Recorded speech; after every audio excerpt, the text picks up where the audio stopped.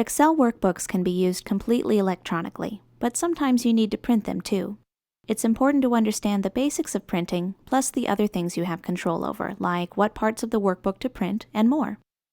If you're familiar with Excel 2007, it might look like the print preview mode is missing. Not so. Just go to the Backstage view, and you'll find everything has been combined under Print, where you can adjust your settings, see a preview, and print your workbook all in one place.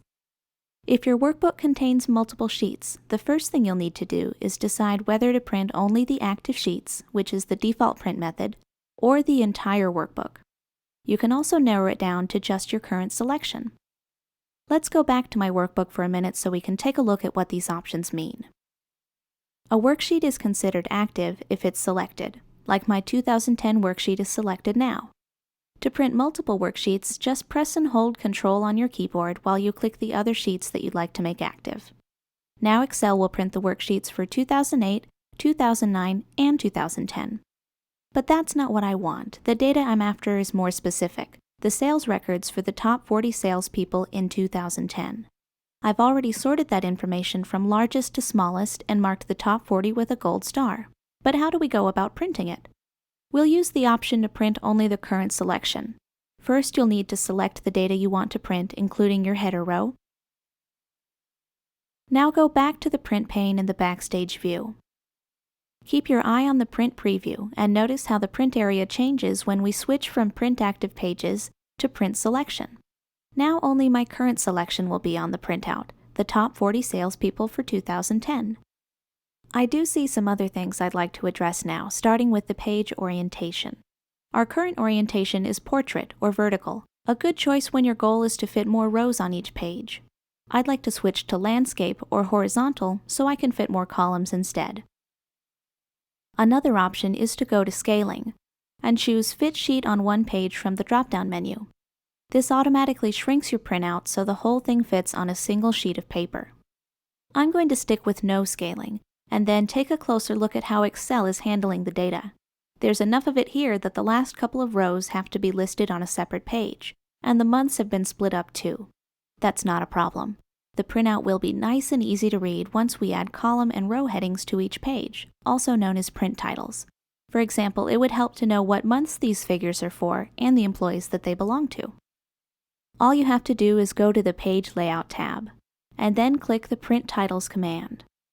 See the field for rows to repeat at the top? Click the icon beside it and your mouse becomes a selection arrow. Now just click the rows you want to appear at the top of each printed page.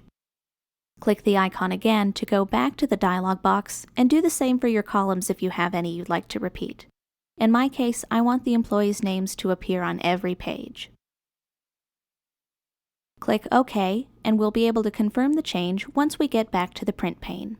But there's one more thing I'd like to adjust while I'm here. Remember how the last couple of rows had to be put on a separate page because there wasn't enough room? I'd like more control over that. Instead of the last couple of rows, I want the data to be divided evenly, 20 people on each page. To do this, I'm going to insert a page break. Just click the row below where you want the break to happen. Now go up to the Breaks command and choose Insert Page Break. Now we can confirm our print titles and the fact that the break appears in the right place by selecting our top 40 again and going back to the print pane. So here's page 1 and page 2. Fantastic! It split up the data exactly how I wanted it. We can also see our print titles now too. The header row and the column of names that we specified appear on every page of the printout. I'm almost ready to print. The very last thing I want to do is adjust the margins. Right now my print area can only fit 5 months per page, and I want to fit 6. Just click the Show Margins button in the bottom right corner of your preview, and you can easily adjust the margins without even leaving the print pane. Let's make these a little narrower. Perfect! Now I'm ready to print. All you have to do is click the button, and the data you've prepared will be printed exactly how it looked in the preview.